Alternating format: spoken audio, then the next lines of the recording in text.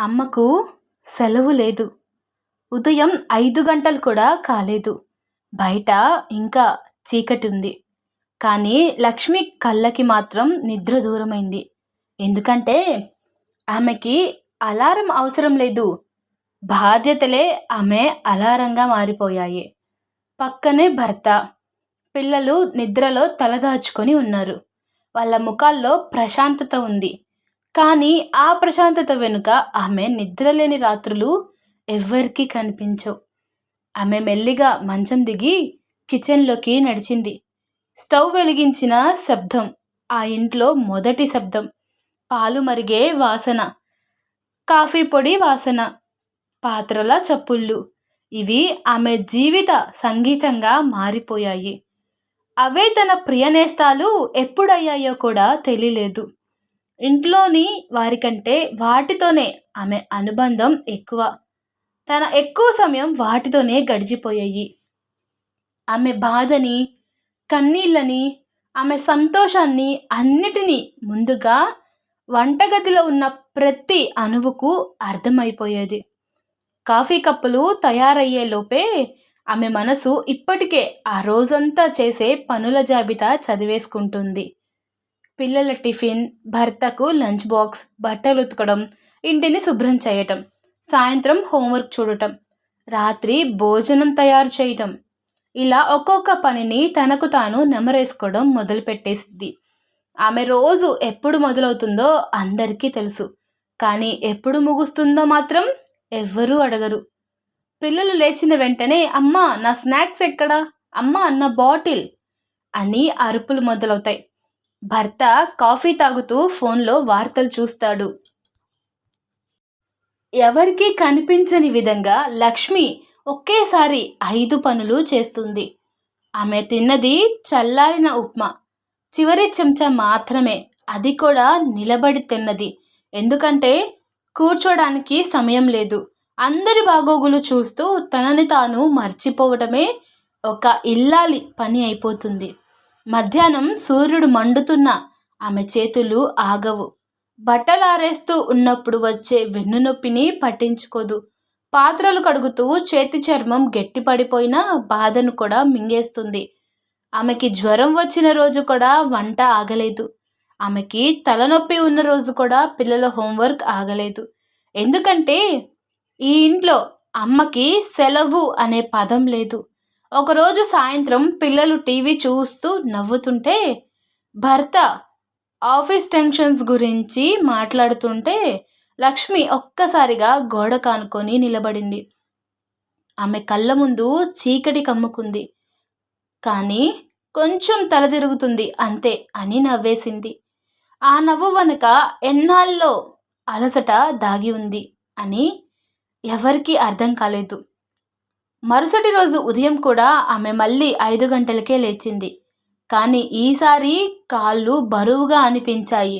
శ్వాస లోతుగా తీసుకోవాల్సి వచ్చింది. అయినా స్టవ్ వెలిగింది. పాలు మరిగాయి. కాఫీ తయారైంది. కిచెన్లో బియ్యం కడుగుతూ ఉండగా ఒక్కసారిగా ఆమె చేతిలో ఉన్న గిన్నె జారిపోయింది. నేలపై బియ్యం చెల్లా చెదురైంది. ఆ శబ్దం విన్న పిల్లలు పరిగెత్తుకుంటూ వచ్చారు. లక్ష్మి నేలపై కూర్చొని ఉంది. కానీ ఈసారి లేచే శక్తి లేదు. భర్త భయంతో ఆమెను ఆసుపత్రికి తీసుకెళ్లాడు. డాక్టర్ రిపోర్ట్స్ చూసి ప్రశాంతంగా చెప్పాడు, ఆమెకి పెద్ద వ్యాధేమీ లేదు. కానీ తీవ్రమైన అలసట ఉంది. శరీరం విశ్రాంతి కోరుతోంది. సంవత్సరాలుగా ఆమె తనను తాను పట్టించుకోలేదు. శరీరానికి మందులిస్తాం, కానీ ఆమెకు కావాల్సింది విశ్రాంతి, ఆదరణ, సహాయం అని చెప్పాడు. ఆ మాటలు విన్న భర్త కళ్ళల్లో నీళ్లు కమ్ముకున్నాయి. ఎందుకంటే అతనికి ఒక్కసారిగా గుర్తొచ్చింది. ఆమెకి జ్వరం వచ్చిన రోజు కూడా తాను అడిగింది వంట అయిందా అని మాత్రమే. ఇంటికి తిరిగి వచ్చిన తర్వాత ఆ ఇంట్లో ఒక వింత నిశ్శబ్దం చోటు చేసుకుంది. ఆ రోజు సాయంత్రం పిల్లలు మొదటిసారి కిచెన్లోకి వెళ్ళి యూట్యూబ్ చూసుకుంటూ ఛాయ్ చేయడానికి ప్రయత్నించారు. చక్కెర ఎక్కువైంది, పాలు పొంగిపోయాయి. అయినా వాళ్ళు నవ్వుతూ నేర్చుకున్నారు. భర్త మొదటిసారి బట్టలు ఉతికాడు. చేతికి నొప్పొచ్చింది, కానీ అతను అర్థం చేసుకున్నాడు. ఇది ఒకరోజు పని కాదు. ఇది ప్రతిరోజు పని.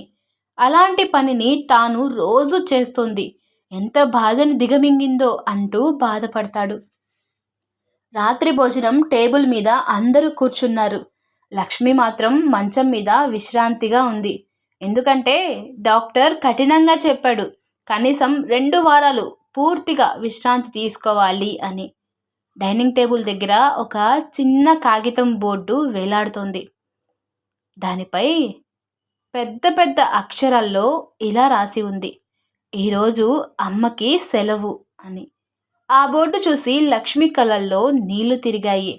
ఎందుకంటే ఆ ఇంట్లో మొదటిసారి ఎవరో ఆమె అలసటను గమనించారు. ఆ రోజు నుంచి ఆ ఇంట్లో ఒక నిర్ణయం పెట్టుకున్నారు. ప్రతి ఆదివారం అమ్మకి పూర్తిగా సెలవు ఇవ్వాలి అని. వంట కూడా, పాత్రలు కూడా, బాధ్యతలు కూడా అందరూ పంచుకుంటారు. లక్ష్మి నవ్వు మారింది. అది కేవలం బాధ్యత నవ్వు కాదు, అది గౌరవం పొందిన నవ్వు. ఎందుకంటే ఒక ఇంట్లో అమ్మ అలసిపోతే అది కేవలం ఒక మనిషి అలసట కాదు, అది ఆ ఇంటి గుండె అలసట. అమ్మకు సెలవు ఇవ్వడం అంటే పనుల నుంచి కాదు, ఆమెని ఒంటరిగా మోస్తున్న భారాన్ని తగ్గించడం. ఆ ఇంట్లో ఇప్పుడు పాలు మరిగే శబ్దం మాత్రమే కాదు, కృతజ్ఞతా శబ్దం కూడా వినిపిస్తుంది. మరియు ప్రతి ఆదివారం ఉదయం ఆ బోర్డు మళ్ళీ వేలాడుతుంది, అమ్మకు సెలవుంది. ఎందుకంటే అమ్మ కూడా మనిషే అని రాసి ఉంది. ఆ బోర్డు కేవలం ఒక కాగితం అయితే కాదు, అది ఒక ఇంటి మార్పు, ఒక మనసు మేల్కొలుపు, ఒక మహిళ ఏడాది తరబడి మౌనంగా మోసిన భారానికి ఇచ్చిన గౌరవం. అమ్మ అలసటగా పడిపోవడం వల్ల కాదు ఈ మార్పు, ఆమె పడిపోక ముందే ఆమె అలసట వినిపించి ఉంటే ఎంత బాగుండేదో అనిపించే పశ్చాత్తాపం వల్ల వచ్చింది. ప్రతి ఇంట్లో అమ్మ నవ్వుతుంది, కానీ ఆ నవ్వు వెనుక ఉన్న నిద్రలేని రాత్రులు ఎవ్వరూ లెక్క పెడతారు?